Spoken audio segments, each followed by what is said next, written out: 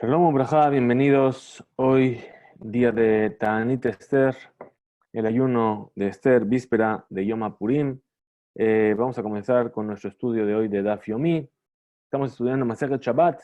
Comenzamos ayer la primera página de Masechet Shabbat y hoy vamos a comenzar el estudio del Daf Gimel, página 3, comenzando al final de la página 2b.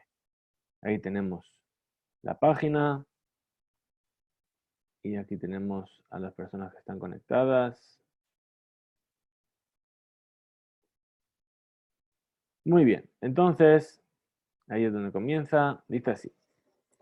Estábamos viendo, comenzaba el Tratado de Shabbat y la primera Mishnah hablando de la melajá de Otza'á, es decir, de transportar, de transferir un objeto de un dominio a otro dominio.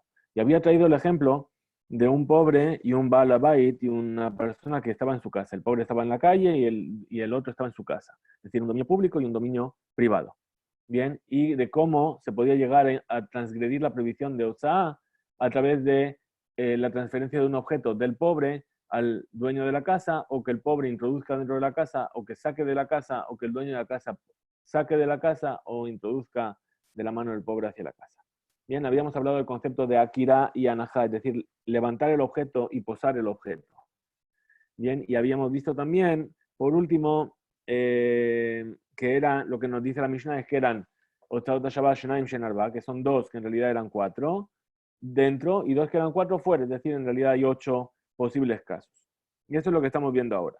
Entonces le dice así, dice, Amarle le dijo, Amarle Rav Matna le Abaye, le dijo Rav Matna a Abaye, Ha Tamne Havian.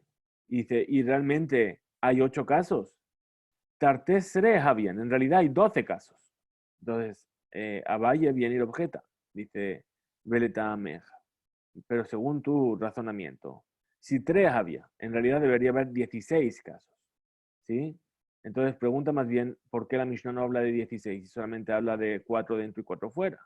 Amarle le dijo a Valle, Halo Kasha, dijo, no, en realidad no hay diferencia, no hay dificultad. Bishlama, esto es comprensible, ¿sí? Y ya pasamos al Dav Gimel, arriba. Baba de Resha, que la Mishnah no tiene en cuenta las acciones exentas mencionadas en los 4 casos de la primera parte de la Mishnah. Es decir, hemos visto que en la Mishnah nos hablan de algunos casos que tanto el pobre como el Baal Habait son exentos. ¿Por qué? Porque no realizan la labor completa.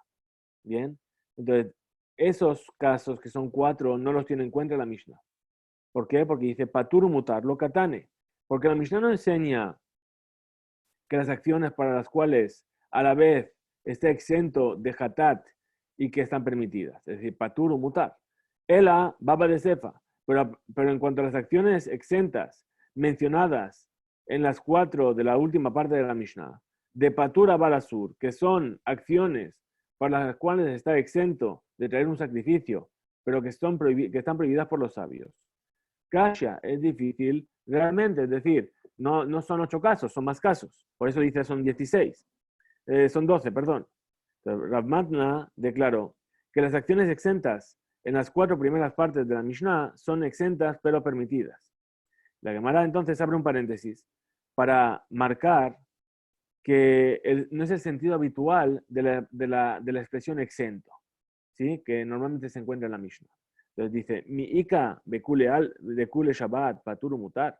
Entonces dice, ¿acaso es que hay en todas las leyes de Shabbat algo que diga que cuando se dice que alguien está exento, que está patur, en realidad está permitido?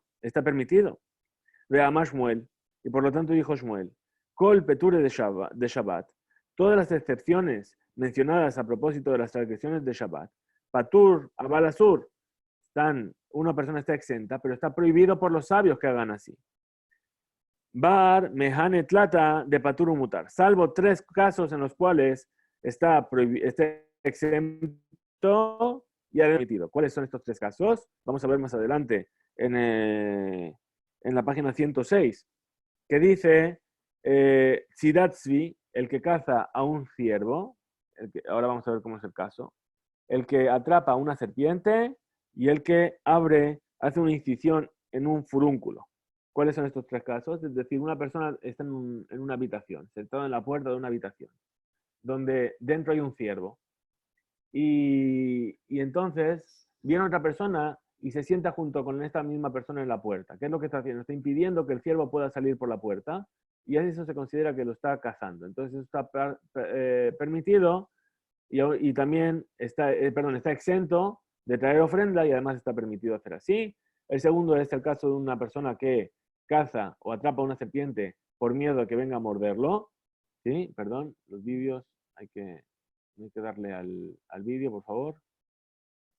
Y el último caso que hemos dicho es el del furúnculo, es decir, una persona que tiene un furúnculo que quiere hacer una incisión, o sea, cortarlo un poquito para sacar el pus, bien, entonces en principio debería estar prohibido, sí, pero aquí está permitido y además la persona que lo hace está exenta del hatat y además está permitido.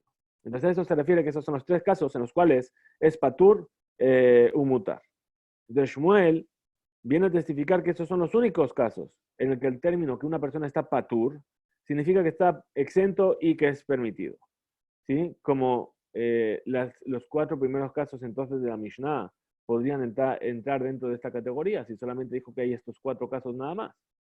Pero la Gemara responde que en realidad Shmuel no quiso decir que no hay ningún otro caso en el cual patur signifique que está exento y además está permitido. Cuando Shmuel tiene necesidad de enseñar que solo algunos casos son interpretados como permitido exento y permitido, Peture de Ka Abid Maase. Entonces, ¿cuándo es que Shmuel necesita decir esto? Únicamente cuando la expresión patur viene acompañada de una acción o viene referida a una acción que tiene un acto, ¿sí? Como por ejemplo capturar o practicar una incisión, ¿sí? Peture de loca avid mase, pero los casos en los que la excepción, la exención, ¿sí? La persona es eximida de la ofrenda, ¿sí? No cometió ningún acto, como en los cuatro casos primeros de nuestra Mishnah, donde la persona está eximida y queda totalmente pasiva, es decir, el Baal Habayit lo único que hace es recibir, por ejemplo, el Aní mete la mano dentro y el Baal Habayit recibe. Bien, el Baal Habayit no hizo nada. Entonces, y Katuba, entonces existen muchos otros casos en los que Patur significa Patur y que además está permitido. Después de haber explicado por qué la Mishnah no tuvo en cuenta las transferencias que están exentas, que figuran en la primera parte de nuestra Mishnah, la Gemara vuelve a la pregunta del comienzo. Mikol Makom, de todos casos, Tartes Rehavia, de todos casos, si quitamos esos 8, quedarían únicamente 12. Quitamos esos 4, habría únicamente 12. ¿Sí? 4 que son prohibidos por la Torah, ¿sí? En la primera parte de la Mishnah, y 8 que están prohibidos por los sabios en la segunda parte de la Mishnah. Entonces, ¿por qué la Mishnah dijo únicamente que había 8 acciones prohibidas en total? Entonces dice, Peture de ate behu lidehiyuv hatat kahashi. Dice, los actos de los cuales estamos exentos de traer una ofrenda de hatat, es decir, los actos de akira, es decir, levantar.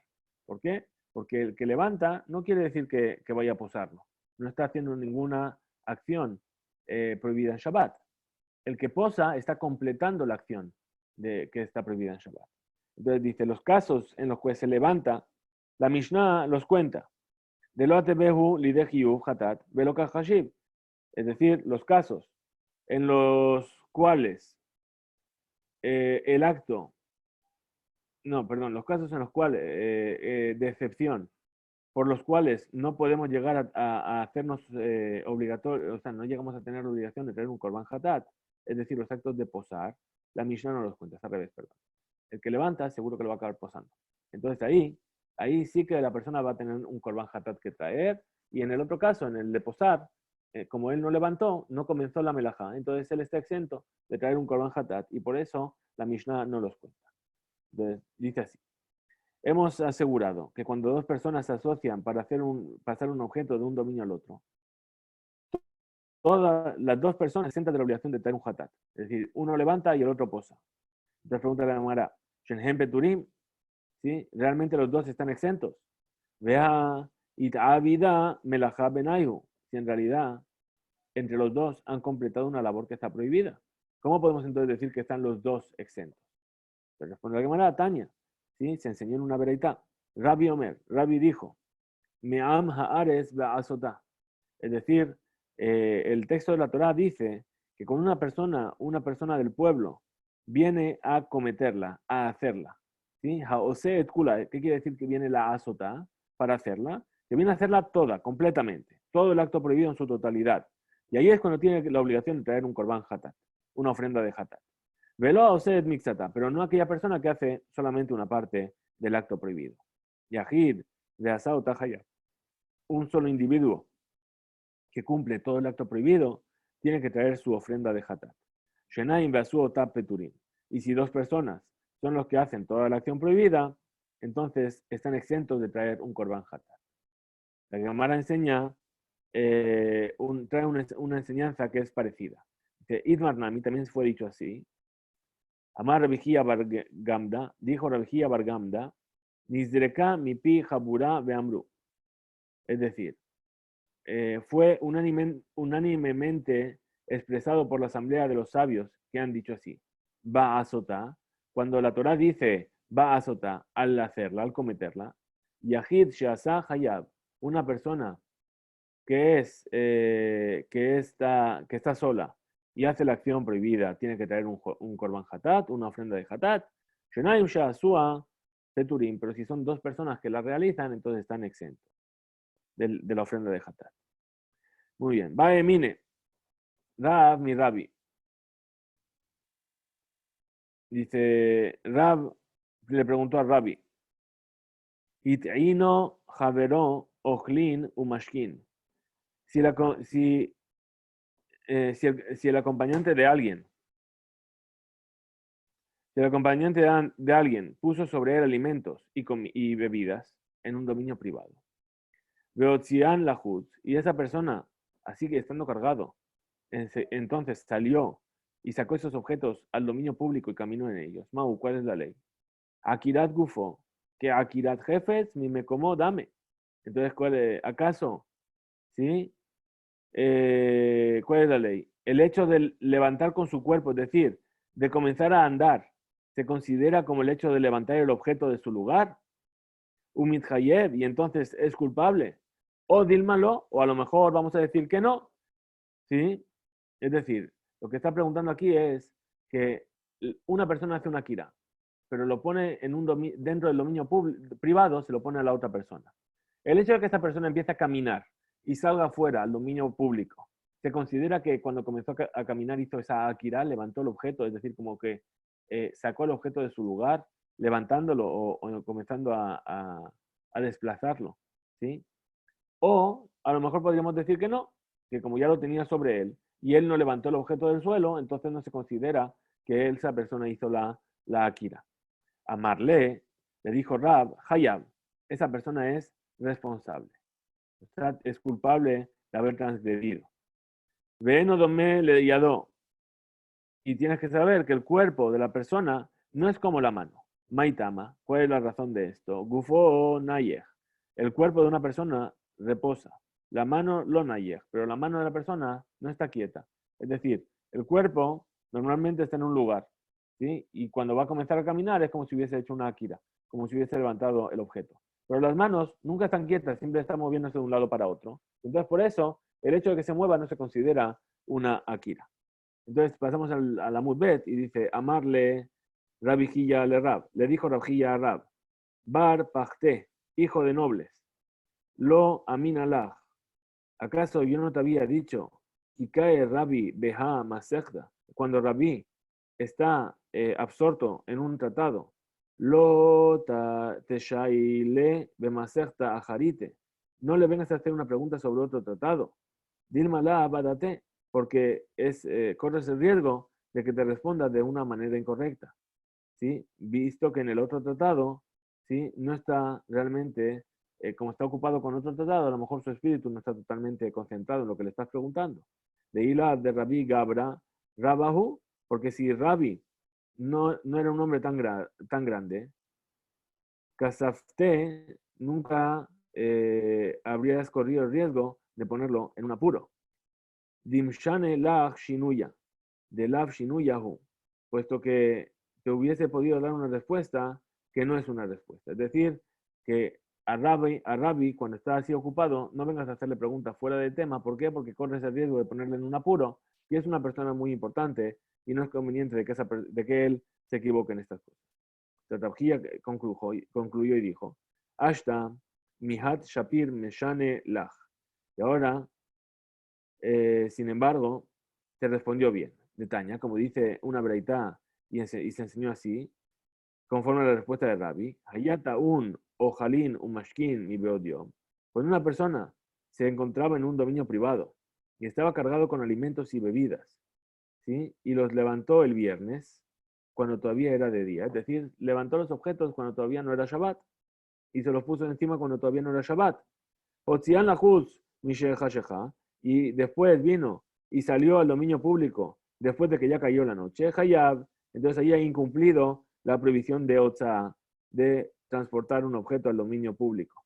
De Fisheno domele yado. ¿Por qué? Porque el cuerpo de la persona no es comparable con la mano. Amar Abaye, dijo Abaye, Pshitali.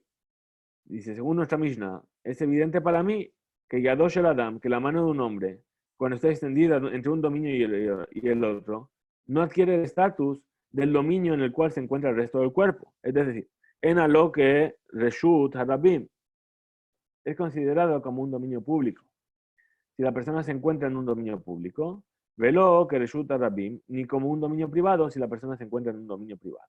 ¿Por qué? Porque aquí, ¿qué estamos haciendo? Estamos viendo que en el ejemplo que trae la Mishnah, el pobre extiende la mano y lo pone en la mano del balabait, o toma de la mano del balabait. Entonces, ¿qué estamos viendo? Que el pobre está en un dominio y su mano está en otro, o que el balabait está en un dominio y su mano está en otra. Y las leyes que rigen a la mano no son las mismas leyes que rigen a la persona, que está en el otro lado. Ahora explica a Valle y dice que resulta la bilodamia. La mano no es considerada como un dominio público. Millado de Ani, ¿de dónde lo aprendemos? La mano del pobre, ¿sí? Que está extendida en el dominio privado y no es culpable, que resulta Lodamia y que no se compara con el dominio privado. ¿De dónde lo sabemos? Millado de Balabait. Lo sabemos de la mano del Balabait, del dueño de la casa. ¿Por qué? Porque igualmente la mano está extendida hacia el dominio público y él está dentro, entonces no es culpable. Después de haber establecido que una mano extendida entre un dominio y el otro es considerada en cierto modo como una entidad distinta del resto del cuerpo. Abaye pregunta si toma el estatus del nuevo dominio en el que está. Valle Abaye, preguntó a Valle, Yadosh el Adam Mau Shetase que Carmelit. Pues acaso la mano de un hombre extendida entre dos dominios, de un dominio al otro, se convierte en un carmelit? Sí, habíamos visto que lo que era el carmelit era un tipo de dominio establecido por los sabios, que no es ni un dominio privado ni un dominio público. Ahora, mi kansu harabanan le hadure legabe. ¿Y acaso los sabios han penalizado a aquel que extendió su mano cargada entre un dominio y el otro, dándole un estado de carmelit y prohibiéndole así traer hacia él el objeto? ¿O a lo mejor no hicieron así y no le penalizaron y no le prohibieron? La Gemara intenta traer una prueba. Dice, Tashma, ven y aprende una prueba de las vereitot siguientes. Haitayado melea perot, veotzia lahutz. Si su mano, la mano de alguien estaba llena de frutas, ¿sí? Y la sacó hacia el exterior, en un dominio público. Tane jada, una vereita enseña. Azur la hazirá, está prohibida que la vuelva a traer hacia él.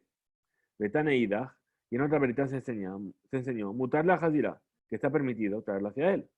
Maila veja que me pligue. ¿Acaso estas dos vereitot no están en desacuerdo precisamente sobre esta pregunta de Abaye? Es decir, de Marsabar, que un sabio expresa y dice que Carmelit Damia, que la mano de la persona que está entre dos dominios es considerada como un Carmelit, y entonces no tiene permiso para traerlo. ¿Por qué? Porque está en otro dominio que se llama Carmelit, y entonces lo estaría introduciendo al dominio privado. Un Marsabar, y el otro sabio piensa lo que Carmelit Damia, que la mano de esta persona no se considera como un carmelit y entonces tiene permiso para meter la mano de vuelta dentro. La Gemara responde que es posible interpretar las dos vereitot, ¿sí? Trayendo cada una los dos de la pregunta de Abaye. Dice, no. Las dos veritot no se oponen necesariamente sobre ese punto. De Cule Alma que Carmelita mía. Todo el mundo está de acuerdo que la mano extendida entre dos dominios es como un carmelit. Velo calle. Y aún así no hay dificultad entre las dos veritot. Can le mata me asará, porque aquí la primera veritá habla de un caso en el cual la mano está puesta por debajo de 10 tefajim respecto al suelo. Can le mala me asará, y en el otro está hablando de un caso en el que la mano está por encima de 10 tefajim desde el suelo. De Iba de tema. Y si prefieres, también podrías decir así. Idi le mata me asará. Tanto una veritá como la otra hablan de un caso en el que la mano está por debajo de los 10 tefajim, o sea, a 10 tefajim del suelo o menos. Ve lo que Carmelit Damia, y todos están de acuerdo que no se considera como un Carmelit. Ve lo cacha, y aún así no hay dificultad. Can mi veo Dios, porque aquí en la segunda veredita habla de un caso en el que la persona extendió su mano cuando todavía era de día. Can mi shaha. Mientras que aquí, en la primera veredita, que habla de un caso en el que extendió su mano después de la caída de la noche, y ahí es cuando no se puede volver a meter la mano para adentro. Y veo Dios lo que no usa Rabanán. Cuando la persona extendió su mano cuando todavía era de día, los sabios no lo han penalizado y le permitieron traer la mano de vuelta. Que nació Rabanán. Pero en el momento en el que ya cayó la noche, los sabios lo penalizaron y entonces le prohibieron traer la mano de vuelta hacia él. La Gemara presenta un argumento que debería lógicamente conducir a invertir las reglas que hemos enunciado en la última explicación. Dice Adraba, al contrario. ¿Sí? Ifja mistabra. Lo lógico es pensar al revés. Mi beodium, deberíamos decir que si todavía era de día, ¿sí? De shadele lo atel y de hatat. O si ella dejase caer el objeto durante Shabbat. ¿Sí? Entonces esto no vendría a la obligación de traer un sacrificio de hatat. Lignusa Rabanán.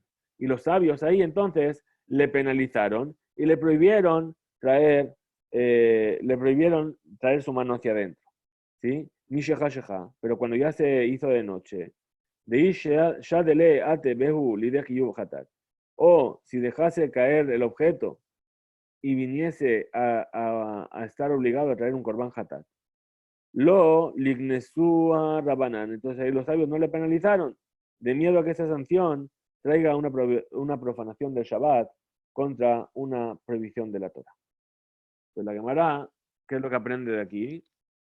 Y dice así, humedoloca meshanina naji. Y del hecho que nosotros, los eruditos, que hemos dado la explicación, ¿sí? De arriba, no hemos respondido de esta manera. Tipshot de Rabbibi Bar Abaye. Puedes resolver la pregunta de Rabbibi Bar Abaye. De Bae Rabbibi Bar Abaye, pues viene a preguntar Rabbibi Bar Abaye. Idbik Pat Betanur. Una persona que pegó la masa del pan en el horno.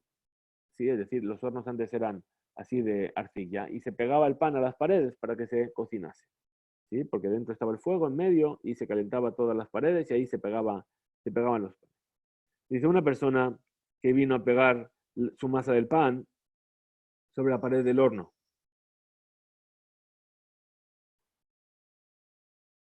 Entonces los sabios, hitirulo lirdota kodem sheyaboli de hiyuv.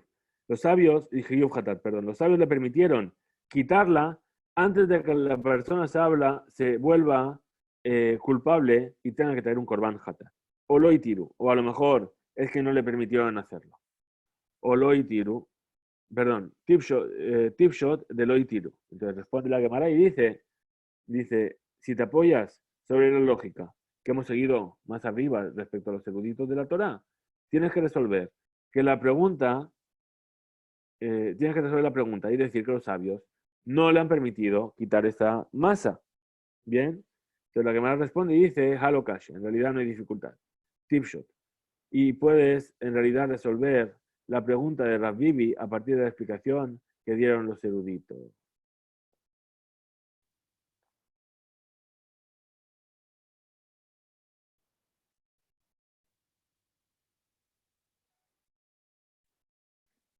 Muy bien, entonces la Gemara propone otra manera de explicar las dos vereitot, de manera que no tengan una relación con la pregunta de Rabbi Bibi Barabai. Y dice así, Veiba de tema, y si quieres venir a decir así, Leolam lo tipshot. En realidad, si no resuelvas la pregunta de Rabbi Bibi, velo Kashia, y aún así no hay dificultad. Kan Beshogeg, es decir, aquí en la segunda pereitá, se habla de un caso en el que la persona extendió su mano sin intención de hacer una transgresión, es decir, sin darse cuenta de que era Shabbat o que estaba prohibido hacer pasar de un dominio al otro. Kan Bemezid, mientras que ahí en la otra vereitá habla de un caso en el que la persona lo hizo de manera deliberada. Beshogeg lo que nasúa Rabanán, mientras que lo hizo sin intención de transgredir, los sabios no lo penalizaron y le dieron el permiso de volver a meter la mano dentro. Bemezid que nasúa Rabanán, pero si lo hizo a propósito de manera deliberada, los sabios sí vinieron a penalizar su acción. Veiba etema. Y si quieres decir, también puedes decir así. Ambos casos, ambas veraitot, está hablando de un caso en el que la persona lo hizo sin intención de cometer una transgresión. Veaja bekansu shogeg, atumezid kamipligue. Y aquí, cuando el desacuerdo sobre el punto es sobre el punto siguiente, los sabios, ¿sí?, penalizaron o no penalizaron un acto que fue cometido sin intención, ¿sí?, a causa de los actos que fueron realizados con intención. Es decir, ¿dónde está la discusión entre las dos veritos? Si realmente los sabios penalizaron los actos hechos sin intención a causa de los actos hechos con intención. Es decir, para que la gente no haga actos con intención. ¿Por qué? Porque dice, bueno, si lo hice sin intención me permitieron, y entonces se va a relajar y va a acabar haciéndolo con intención.